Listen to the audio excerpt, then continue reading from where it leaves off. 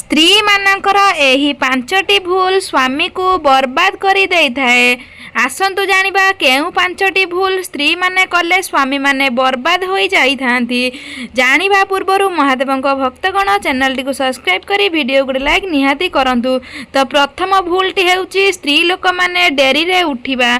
सकाळु dairy रे उठिबा। केही स्त्री जदि सूर्योदय परे मध्य बिछना न छाड़ी सोई रहे तो से स्थान रे बहु मात्रा रे नकारात्मक ऊर्जा सृष्टि हुए।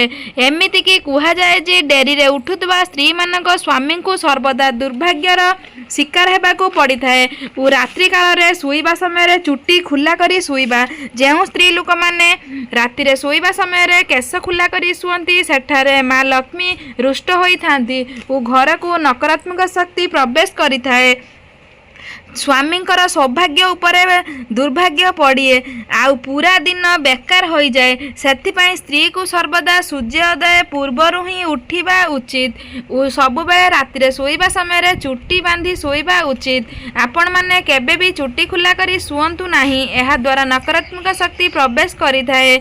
सबु बेले शुईबा समय रे स्वामींकर बाम पटे शुईबा पई चेष्टा करंतु। स्वामीर डाहाण पटे जमा भी शुअंतु नाही। यह अशुभ होइथाए। नंबर 2 घर को सफा सुतरा न रखिबा। जेउ स्त्री लोक माने घर सफा सुतरा रखती नहीं जार रूम रु दुर्गंध बाहर सेमिति जगार दरिद्रता बास हुए। स्वामीर रोजगार उपरे भी खराब प्रभाव पड़ी थाए। कुहा जाए जे जेउ स्त्री लोक घर द्वार अपरिष्कार रखे तार स्वामीर खर्च बढ़िबा को लागे। सेइथिपई स्त्री लोक माने सर्वदा घर द्वार सफा सुतरा रखिबा उचित। ओ सफा सुतरा जेउ घरे न रुहे माँ लक्ष्मी से घर तुरंत वर्ज माने रुहंती नहीं दूरेई जाई थांती। सेथिपई आपण माने सब बेले घर द्वार को परिष्कार करी रखंतु ओ माँ लक्ष्मी आपणक घर को आसी थांती। सेथिपई स्त्री लोक माने सर्वदा गैस सफा रखिबा सहित बेला बासन सफा रखंतु ओ घर को परिष्कार करी रखंतु सजेई करी रखंतु। माँ लक्ष्मी प्रसन्न हेबा सहित आपणक घर को धनर अभाव रहिबे नाही। तृतीय भूल हैला स्त्री लोक माने डेली न गाधेबा। जेउ स्त्री लोक माने डेली न गाधाए एवं निज को सफा सुतरा रखे नाही सेमिति स्त्री लोक ठारे नकारात्मक शक्ति प्रवेश करी थाए। बंधुगण एमिति रे से स्त्री रो स्वामी अलसुआ स्वभावर होई जाए आउ तांकर काम कि अन्य किछि रे मन लागे नाही। तेणु स्त्री लोक माने सब बेले गाधेइबा उचित। अनुसारे जेउ स्त्री लोक प्रतिदिन सकाळे न गाधाए ताठारे माँ लक्ष्मी रुष्ट होई थांती। ओ आपण माने तो लक्ष्मी पुराण रे पढ़िथिबे जे माँ लक्ष्मी केउ केउ नारी माननकु सब बेले घृणा करंती। सेथिपई आपण प्रतिदिन गाधेइबा उचित। नंबर 4 प्रति कथारे झगड़ा करिबा ओ खराब गाली गुलज करिबा। जदि स्त्री लोक माने निज स्वामी सह सबु समय रे झगड़ा करंती ताहेले सेमिति रे स्वामीर मन खराब रहे। से विरक्ति भाव प्रकाश करे जहार प्रभाव स्वामीर काम रे ओ व्यवहार रे देखा जाए। ओ टंका पैसार अभाव लागी रहे। माँ लक्ष्मी सेमिति घर दूरेई रुहंती। सेथिपई स्त्री लोक माने केबे हेले स्वामी को गाली गुलज करंतु नाही ओ कटु कथा कुहंतु नाही। सबुबेले समस्तक उपरे दया भाव रखिबाकू चेष्टा करंतु। समस्तिंकु प्रेमर सहित कथबार्ता करंतु। काहारी को घृणा करंतु नाही किंबा गाली गुलज करंतु नाही। एहा द्वारा माँ लक्ष्मी प्रसन्न होइथांती ओ आपणक घरे धनर अभाव रहे नाही।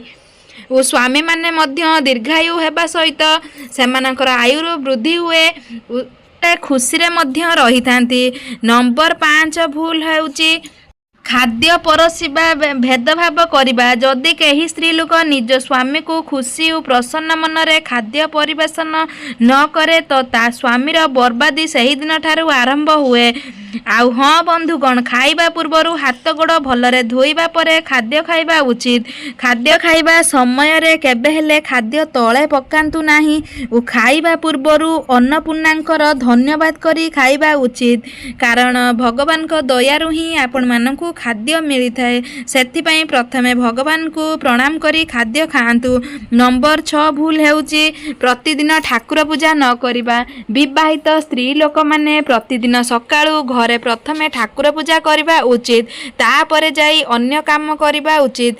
सेथिपई माँ କୁହାଯାଇଛି ଯେ ହିନ୍ଦୁ ଧର୍ମ ଅନୁସାରେ ପ୍ରଥମେ ଭଗବାନଙ୍କ ପୂଜା କରାଯାଏ। ଘରର ସକାଳ ଆରମ୍ଭ ହେଲା ମାନେ ଆମେ ପ୍ରଥମେ ଠାକୁର ପୂଜା କରିଥାଉ, ତାପରେ ଯାଇ ରୋଷେଇ କାର୍ଯ୍ୟରେ ଲାଗିଥାଉ। ତ ପ୍ରଥମେ ବିବାହିତ ସ୍ତ୍ରୀ ଲୋକମାନେ ଗାଧେଇ ସାରି ସିନ୍ଦୁର ଲଗାଇ ସ୍ୱଚ୍ଛ ମନରେ ଠାକୁର ପୂଜା କରନ୍ତୁ ଓ ମା ବୃନ୍ଦାବତୀଙ୍କୁ ମଧ୍ୟ ପୂଜା କରନ୍ତୁ। ତାପରେ ଆପଣଙ୍କ ଘରେ ଥିବା ବଡ଼ ଲୋକ ସଦସ୍ୟ ଯେକୌଣସି ବି ବଡ଼ ଲୋକ ଥାଆନ୍ତୁ ନା କାହିଁକି ସେମାନଙ୍କୁ ପ୍ରଣାମ କରି ନିଅନ୍ତୁ ଓ ସମସ୍ତଙ୍କ ଆଶୀର୍ବାଦ ନେଇ ସାରିବା ପରେ ଆପଣ ଅନ୍ୟ କିଛି କାମରେ ପ୍ରତିଦିନ ଭଗବାନଙ୍କ ପୂଜା କଲେ ସେଇ ଘରେ ସକାରାତ୍ମକ ଶକ୍ତି ଉର୍ଜା ହୋଇଥାଏ ଓ ଭଗବାନଙ୍କ ପୂଜା କରିବା ଦ୍ୱାରା ଆପଣଙ୍କ ମନ ସ୍ୱଚ୍ଛ ରହିବା ସହିତ ସବୁ ଘରର ନକାରାତ୍ମକ ଶକ୍ତି ଦୂର ହୋଇଥାଏ।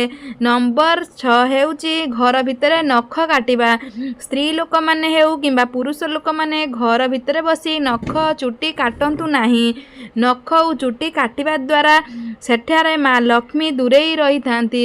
ସେଥିପାଇଁ ଘର ଭିତରେ ବସି କେବେ ହେଲେ ନଖ ଓ ଚୁଟି କାଟନ୍ତୁ ନାହିଁ, ଏହାଦ୍ୱାରା ମା ଲକ୍ଷ୍ମୀ ରୁଷ୍ଟ ହୋଇଥାନ୍ତି। ଓ ନମ୍ବର 7 ହେଲା ଘର ଭିତରେ କେବେ ହେଲେ ମୁଣ୍ଡ କୁଣ୍ଡାନ୍ତୁ ନାହିଁ, ଏହାଦ୍ୱାରା ମଧ୍ୟ ମା ଲକ୍ଷ୍ମୀ ରୁଷ୍ଟ ହୋଇଥାନ୍ତି। ଖାଦ୍ୟ ଖାଇବା ସମୟରେ କେବେ ହେଲେ ତଳେ ପକାନ୍ତୁ ନାହିଁ। ତ ବନ୍ଧୁଗଣ, ଏଇ ହେଉଛି ସ୍ତ୍ରୀ ଲୋକମାନଙ୍କର କିଛି ଭୁଲ ପାଇଁ ସ୍ୱାମୀମାନେ ବର୍ବାଦ ହୋଇଥାନ୍ତି। ତ ଭିଡ଼ିଓଟି କେମିତି ଲାଗିଲା କମେଣ୍ଟରେ ଜଣାଇବେ। ରହୁଛୁ, ନମସ୍କାର, ଜୟ ଜଗନ୍ନାଥ, ଜୟ ମା ଲକ୍ଷ୍ମୀ। କମେଣ୍ଟ ବକ୍ସରେ ନିହାତି